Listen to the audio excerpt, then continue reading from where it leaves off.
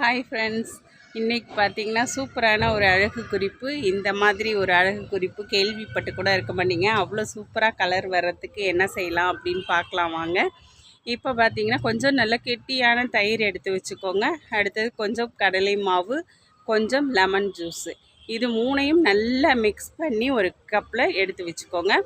First எப்போதுமே facial பண்ணும்போது பார்த்திங்கன்னா பால் வச்சு நல்லா தொடச்சி எடுத்துடணுங்க.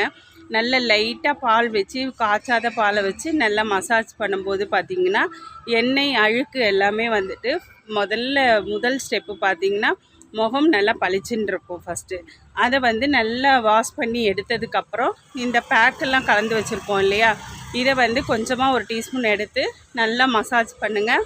ஏன்னா அந்த ஸ்க்ரப் பண்ணுறதுக்காக அதில் கொஞ்சம் சுகர் சேர்த்துக்கோங்க, ஓகேங்களா. ஒயிட் சுகர் பார்த்திங்கன்னா ஸ்க்ரப்புக்கு ரொம்ப யூஸ்ஃபுல்லாக இருக்கும். அதனால் அதில் கொஞ்சம் சுகர் சேர்த்துட்டு ஃபஸ்ட்டு ஸ்க்ரப் பண்ணுங்கள். அப்படியே ஃபேஸை பார்த்திங்கன்னா ரொட்டேட்டாக.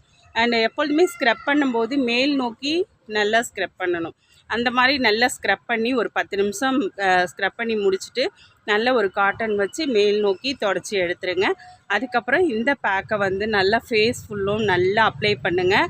ஜென்டலாக மசாஜ் பண்ணிவிட்டு அதுக்கப்புறம் ஃபுல் ஃபேஸும் அப்ளை பண்ணி நல்லா காய விட்டுட்டு ஒரு 1/2 hour பார்த்திங்கன்னா அது நல்லா காயணுங்க. அதுக்கப்புறம் அதோட ரிசல்ட் பார்த்திங்கன்னா செம்மையாக இருக்கும்.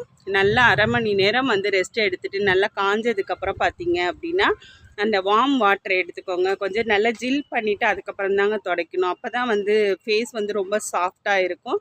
அதனால் பார்த்திங்கன்னா நல்லா ஈரப்படுத்திட்டு லைட்டாக மசாஜ் பண்ணிவிட்டு அதுக்கப்புறம் அரை மணி நேரத்துக்கு அப்புறமா நீங்கள் தொடச்சிட்டு அந்த ஃபேஸை பாருங்கள், ரொம்பவே க்ளோ இருக்கும். அண்டு தயிர் பார்த்திங்கன்னா நேச்சுரலாகவே அது கிளென்சிங் பண்ணக்கூடிய தன்மை அதில் இருக்குது. அண்டு பச்சரிசி மாவு பார்த்திங்க அப்படின்னா கடலை மாவுமே ரெண்டுமே சேர்த்துக்கலாம் வேணும்னா. அண்டு கடலை மாவுலேயும் அண்டு பச்சரிசி மாவுலேயுமே நமக்கு நிறைய ஃபேஸில் உள்ள கொலாஜின் சத்தை பூஸ்டப் பண்ணி கொடுக்கும்.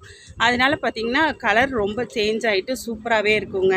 இந்த வீடியோ பிடிச்சா லைக் பண்ணுங்கள் அண்டு சப்ஸ்கிரைப் பண்ணுங்கள். நம்ம சேனல் திருச்சி அம்மு 78 சேனலில் இது எப்படி இருந்துச்சு அப்படிங்கிறத கமெண்ட் பண்ணி சொல்லுங்கள். ஓகே ஃப்ரெண்ட்ஸ், இது மாதிரி நிறைய டிப்ஸ் நம்மளோட சேனலில் போட்டுட்ருக்கோம். அந்த ஃபேஸ் டிப்ஸு கண்டிப்பாக பாருங்கள். சூப்பர். ஓகே, பாய்.